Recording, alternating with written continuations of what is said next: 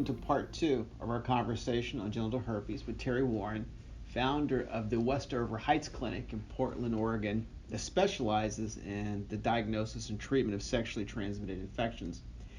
Just a quick note, if you have yet to do so, make sure you listen to part one of this conversation where we talk with Ms. Warren about the different tests that can provide an accurate herpes diagnosis and why a visual exam is never really enough to diagnose herpes. In this episode, Ms. Warren explains why knowing the specific type of herpes a person has is so important, and she also dives into how to manage the emotional and social aspects of the diagnosis. And it's a timely discussion to have. ASHA recently conducted a survey of herpes patients, and we asked people to describe their reaction to their diagnosis.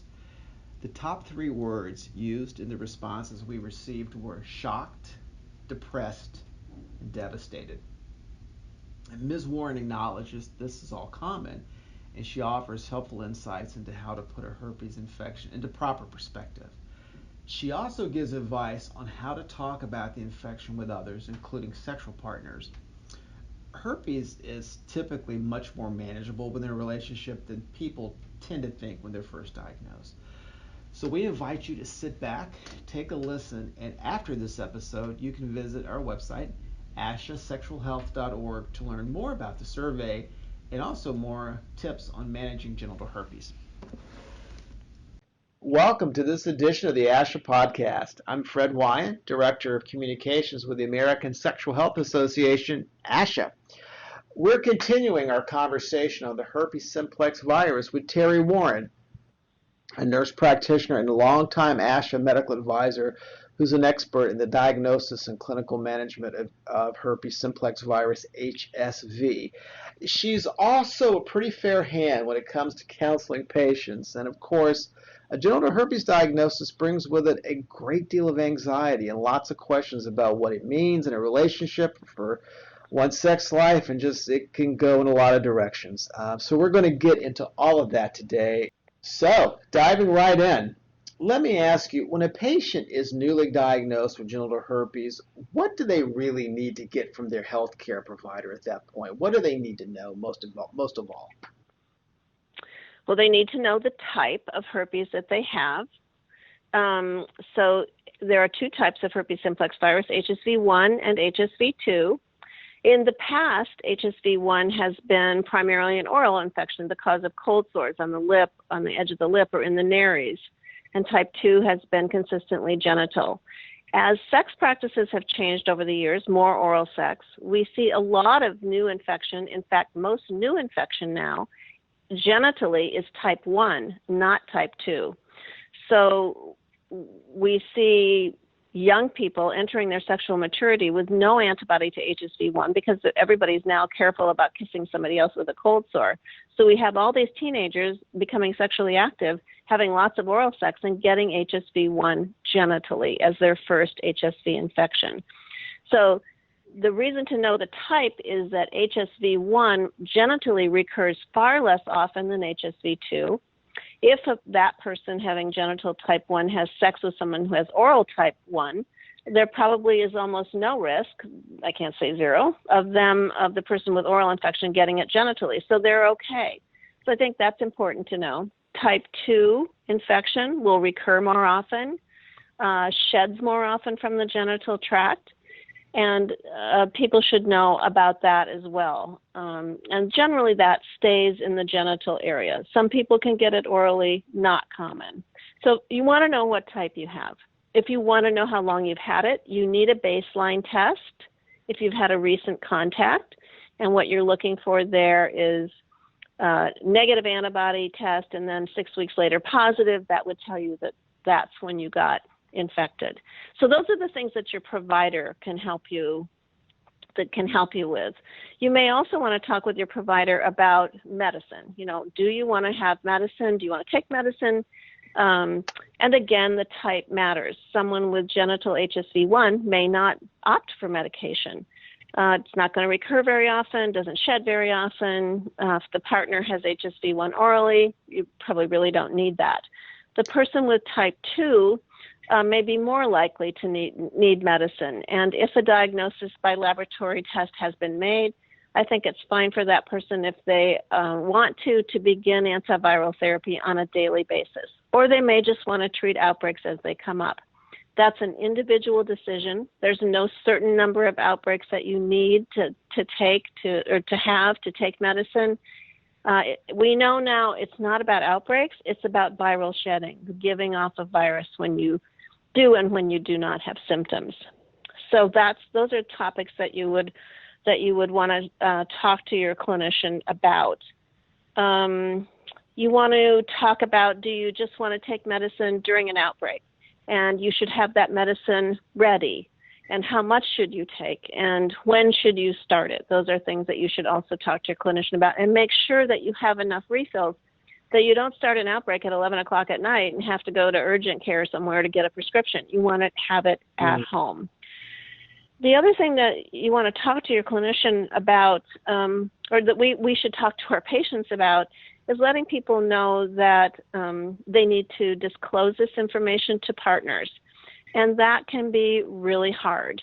I think it's useful, at least in my setting, to have people come back and practice telling me. And when they come back and we practice talking about it, I ask them to tell me, and then as the person listening, I role play all sorts of different things, like saying, "Herpes, you slut, I'm out of here." Or, there you go. "I don't care if you have herpes." Yeah. "I don't care if you have herpes. Let's just jump right in bed." Or the normal sort of happier response, which is, "I'd like to learn more about that. Let's read some things together and talk about it some more." So I think role playing, whether it's with your clinician or with a friend, just role playing these different scenarios so that when you actually have to do it, it's not so hard. It's not so challenging. I think it's important that people have something to read that's accurate in front of them, and things that they can share with a partner, a potential partner, to read also, so that you can kind of refer back to that. I think one of the hardest pieces of information that we share with patients is you are potentially infectious to a partner when you do and when you don't have symptoms.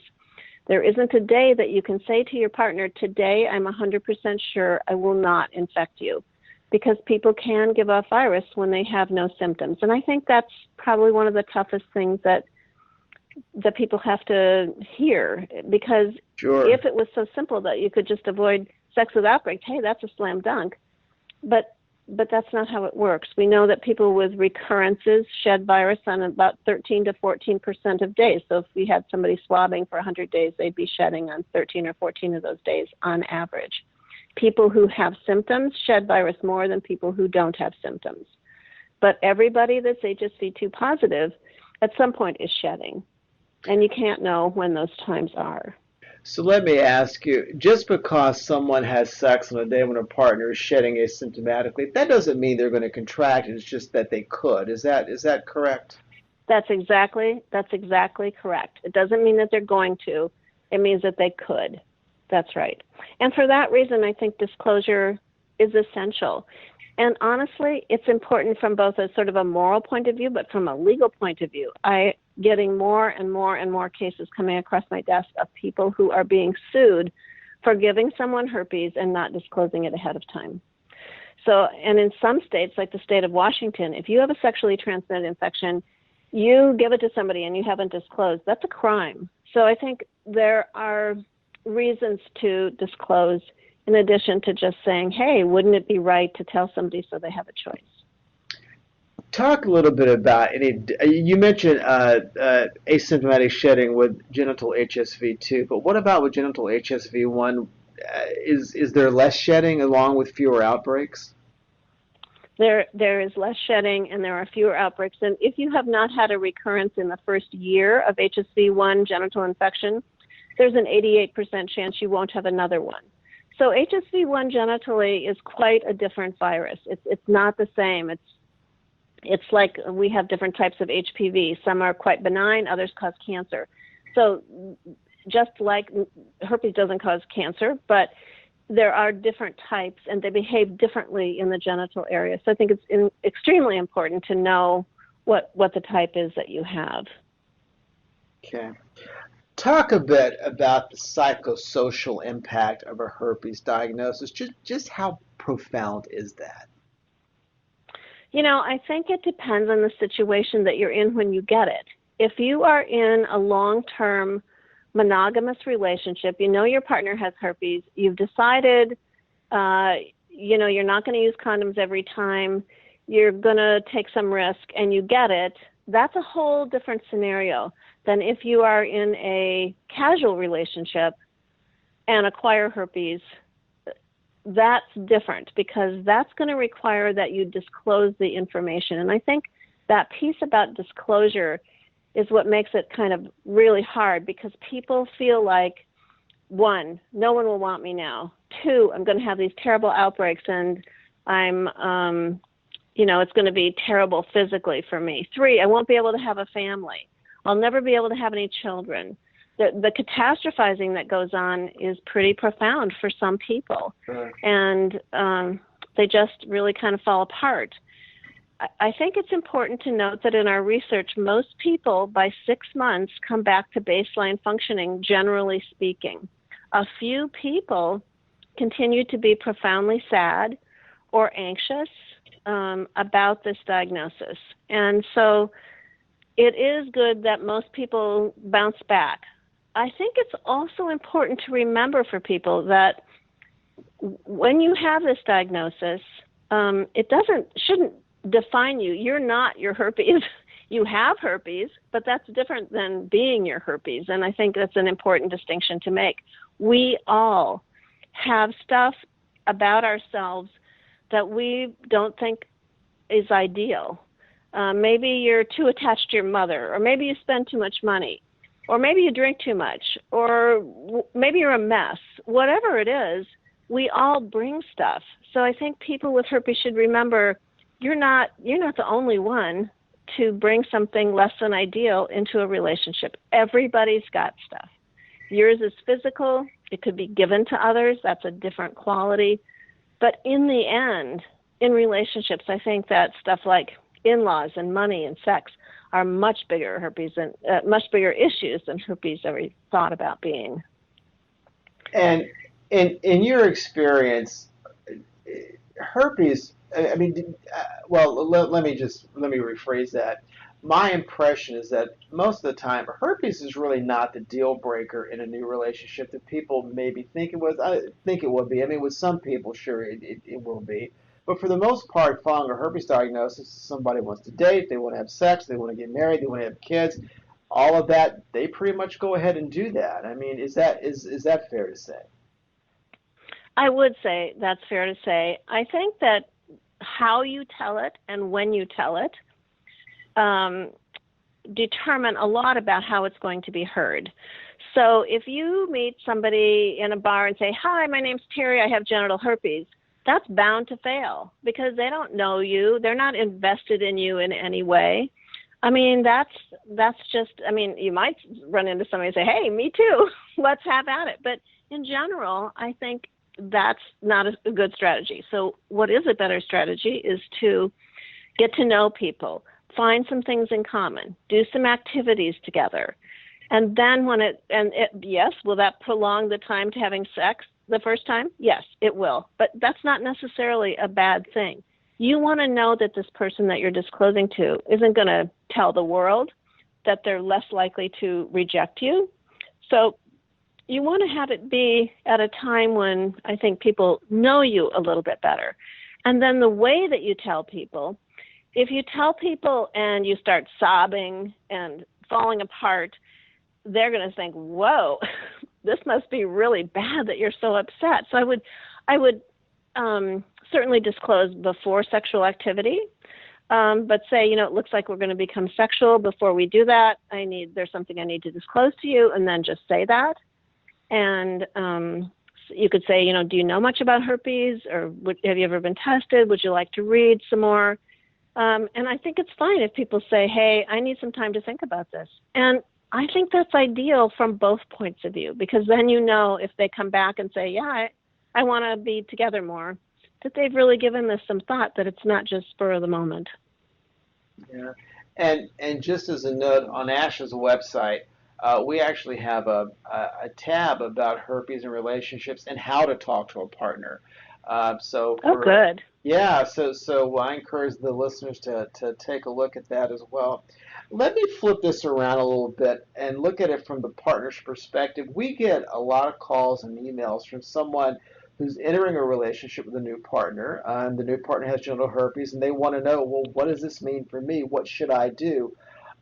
Beyond what we've discussed, is there anything specific you would tell somebody who's entering a relationship with somebody who discloses they have genital herpes? Sure. So I think we know that we know approximate transmission rates. It's not perfect, but we have a kind of a ballpark idea about it on average. So if it's a female that's infected having sex with an uninfected male and they're not doing anything about it, but it has been disclosed to the partner, the transmission rate having intercourse about twice a week is about 4 to 5%. That means 4 or 5 people out of 100 in a year in that situation would probably acquire herpes. If Now, you that's add smaller than I would antiviral, have thought. That's much smaller than I would have thought. yeah, it isn't that high. And then if you add antiviral therapy to that mix, it cuts it by about half. And then if you add condoms by the male partner, it cuts it again. Condoms are more protective for women than they are for men, but you can get these numbers down to be a very low transmission number. Essential in this is disclosure to the partner. Why is that important? Why does that make a difference? And I think, Dr. Anna Wald at the University of Washington, who's such a glowing star in the herpes world, did a neat study looking at this issue and found that if people disclose, the time to transmission with a new infection is longer than if you don't disclose. Why? I think it's because you will feel freer to say, I feel a little tingle tonight. Let's do something else other than intercourse and put that off for a little while so that you feel more comfortable controlling the timing of sex in accordance with any symptoms that you might have. So that's an important piece too, the disclosure part. And then, adding antiviral therapy and condoms nice and low. Men having sex with uninfected women, that's around 10%. Some studies show higher, some studies show lower. But again, if condoms reduce transmission by 96% if used every single time by men. That's a great thing, I think. And then you add antiviral therapy, you've got nice, cutting it in half again, you've got nice low numbers. So there's a lot that can be done. People may not stick with these things forever. I mean, you may say, well, we've been together for a few years. I think I'd like to stop condom use. I think this looks like it's going long term. I think I'd like to try dropping that. Let's keep the antiviral therapy, but drop the condom use. So there can be variations. It doesn't have to be like once you start one thing, it's forever. So, you can personalize that, if you will. I think the other thing with partners is to recognize that this is hard for the person with herpes to disclose. So if you find, and I've seen this situation so many times in my practice, if you find that you simply cannot relax about this, that is constantly on your mind, that you're avoiding sex because of it, I think then you should investigate whether this is really a relationship you should be in. Because long term, there can be a negative impact on the person with herpes. They begin to feel damaged and dirty and like, you want to have sex with me. I don't know what to make of myself anymore. So I think if you can't do it, if you can't throw yourself into it after a while, then maybe you should consider that it's not the right relationship for you, because you could be doing more damage to the person with herpes. What do you think about that, Fred? I think you have phrased it perfectly, much more eloquently and insightful than I would have been. And I want to take advantage of that further, and you can offer me a gentle corrective if need be. But I think as far as the partner's perspective goes, there are usually two questions we get. The first is, well, what are the odds I'm going to get herpes if I'm with this person, and what's going to happen to me if I do? And you just spend a lot of time laying out in lovely fashion the first part of that. What are the odds I'm going to get this? As for the second part, I think sometimes we have a lot of maybe stereotypical thinking about what it means to have herpes. And the reality is the vast majority of folks with genital herpes are undiagnosed and unaware, right? They don't know they have it. And I am in no way trying to minimize this. And here too, if I'm wrong, you steer me right. You're the medical expert here. But for most people, at least from a medical standpoint, for most folks, having genital herpes doesn't amount to a whole lot. I mean, is that fair to say, or am I just being too dismissive? No, for most people, the physical aspects are not the problem. It's the psychological, emotional stuff. Bingo. And I will say, I will say that one of the things that I think is good in a relationship when you disclose and the partner's thinking about it, ask that partner to be tested because, as you just said, 80% of people who have HSV2 have an unrecognized infection. So you might find that you're positive and you never knew it, and then your problem's over. Bang, you can do whatever you like. But I think that testing is an essential piece of that. All right. Yeah. Yeah. Okay. That was a nice way to put the proverbial bow on the pack for me. Well, thank you for that. And I want to mention that on our main website, Ash's Sexual Health, we have just a ton of HSV information. I mentioned the herpes tab talking about partners and relationships, but I want to mention also that we have a program called Ask the Experts, where Ms. Warren and her colleagues, they address questions. It's an online forum, and they give direct, tailored responses. And that's for somebody who really needs a deeper dive or some more reassurance, or you really know that you're getting the kind of expertise that you're looking for. AskExpertsNow.com is really the place to go. It's free to browse the discussions there, but if you want to interact directly with an expert, it's $25, and it goes. ASH is a nonprofit, and this goes to support our mission. And somebody has got to keep me in ramen noodles and diet soda, Terry. So there you go. All right. All right. I'm doing my best, Fred. I'm doing my best. God love you. Terri Warren, thank you so much. This has been delightful. I think this is long overdue, and I really can't thank you enough. Thanks for spending some time with us today. You're welcome, Fred. Thank you. And thanks to everybody who downloads and listens to this podcast. We'll have lots more to come, so keep checking back with us. Again, ashesexualhealth.org is our home online, and sign up for our email so that you'll be the first to be in the loop when we produce new episodes like this one. Until next time, this is Fred Wine for Asha. So long, everybody.